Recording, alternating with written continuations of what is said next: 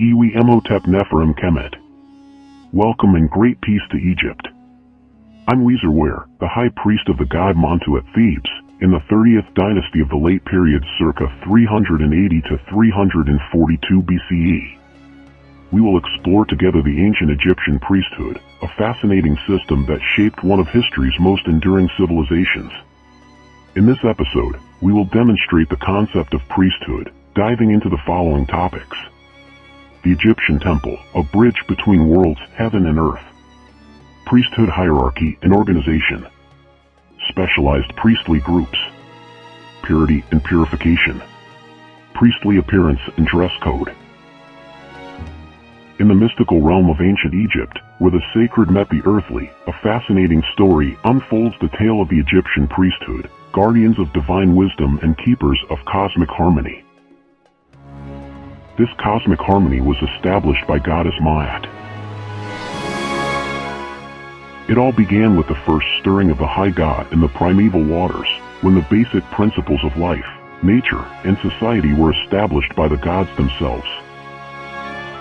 The sun rises from the mount of creation at the beginning of time. The central circle represents the primeval mound, and the three orange circles are the sun in different stages of its rising. At the top is the horizon hieroglyph with the sun appearing atop it. At either side are the goddesses of the north and south, pouring out the waters that surround the mound. The 8 stick figures are the gods of the Agdoad, hoeing the soil. When these divine beings ascended to the sky world, they left behind a sacred legacy, embodied in the temples that dotted the Nile Valley. These weren't mere buildings of stone and statuary. The Egyptians called them Hut Neter, meaning mansion of a god. Each temple stood as a bridge between heaven and earth, or as meeting point between heaven and earth. It connects myth and history in its foundations. It is a place where the divine presence could dwell among mortals. At the heart of this sacred system stood the pharaoh, both god and son of God, theoretically responsible for performing rituals in every temple across the land. But even a divine king couldn't be everywhere at once. And so emerged one of the most influential groups in Egyptian society, the priesthood. These servants of the gods were far more than religious figures. Their duties ranged from the most sacred rituals to the practical management of vast temple estates. They were the custodians of a complex system that maintained Ma'at, the cosmic order that prevented the world from falling back into chaos. The priesthood was a carefully structured hierarchy. It was hereditary in many nobles' families. However, this was not always the rule, as some who carried special talents could have a priestly career. There are 2 major groups, official priests and lay priests.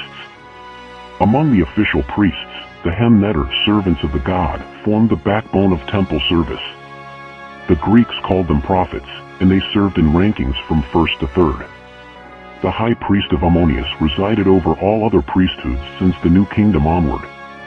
The lector priest was the one who recited spells and hymns during temple rituals and official ceremonies. He was called Kariheb, which literally means the carrier of the book of ritual. The lector priests managed the temple's archives of ritual texts. They were the keepers of secret knowledge and the prominent performers of amazing magical feats. Later, Kariheb became a general term for magician. Such priests also sold their services to laymen, reciting texts during private service rituals or at funerals.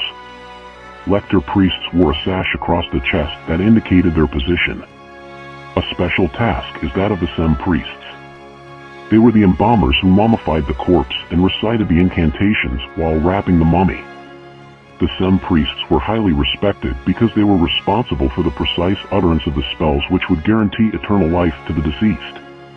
They were especially crucial in funerary rituals, performing the vital opening of the mouth ceremony that restored the deceased's vital powers.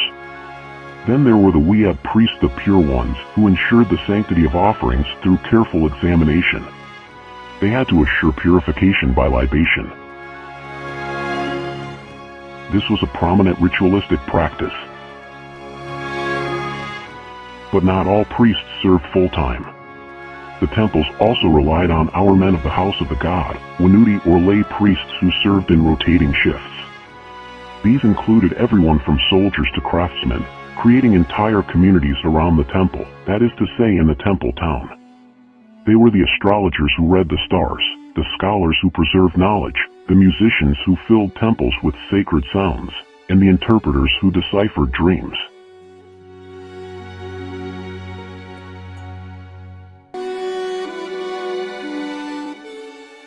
Their bodies were completely shaven, including eyebrows and lashes.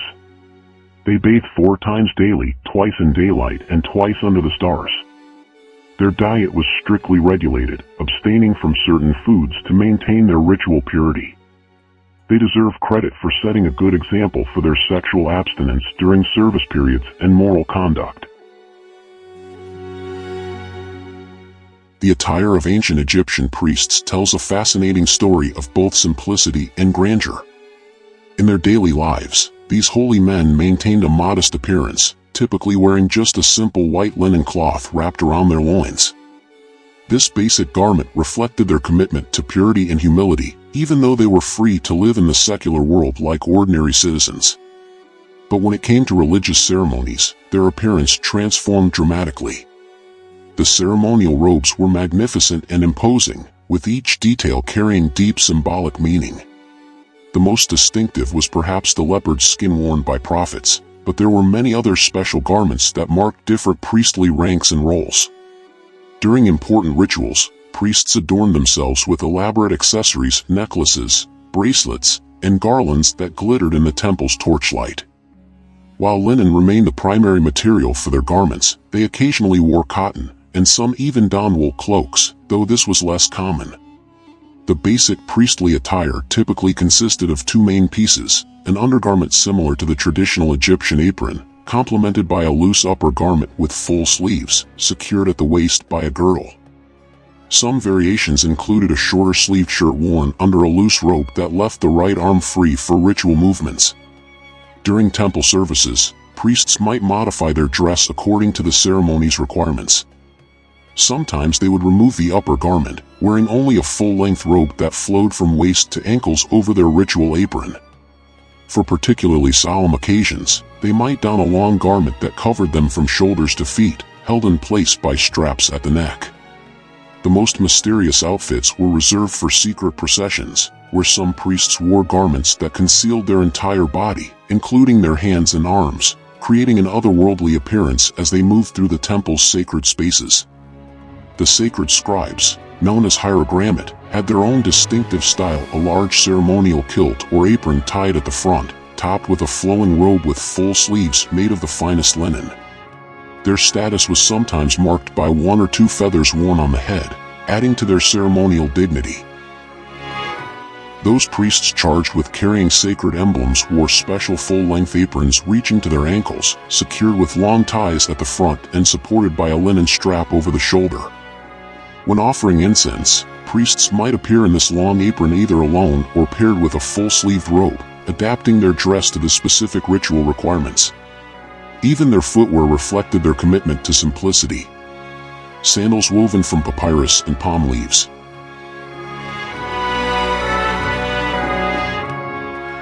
This modest lifestyle extended to their sleeping arrangements, where they would rest on nothing more luxurious than a skin stretched on the ground or a simple wicker bedstead made of palm branches, covered with either a mat or animal skin. Each garment, from the simplest daily wear to the most elaborate ceremonial robe, served not just as clothing but as a symbol of their sacred duty and their unique position as intermediaries between the mortal and divine realms. So far, I have tackled the concept of priesthood in ancient Egypt and its hierarchy, the priest's strict lifestyle and conduct, purification and purity, as well as their appearance and dress code.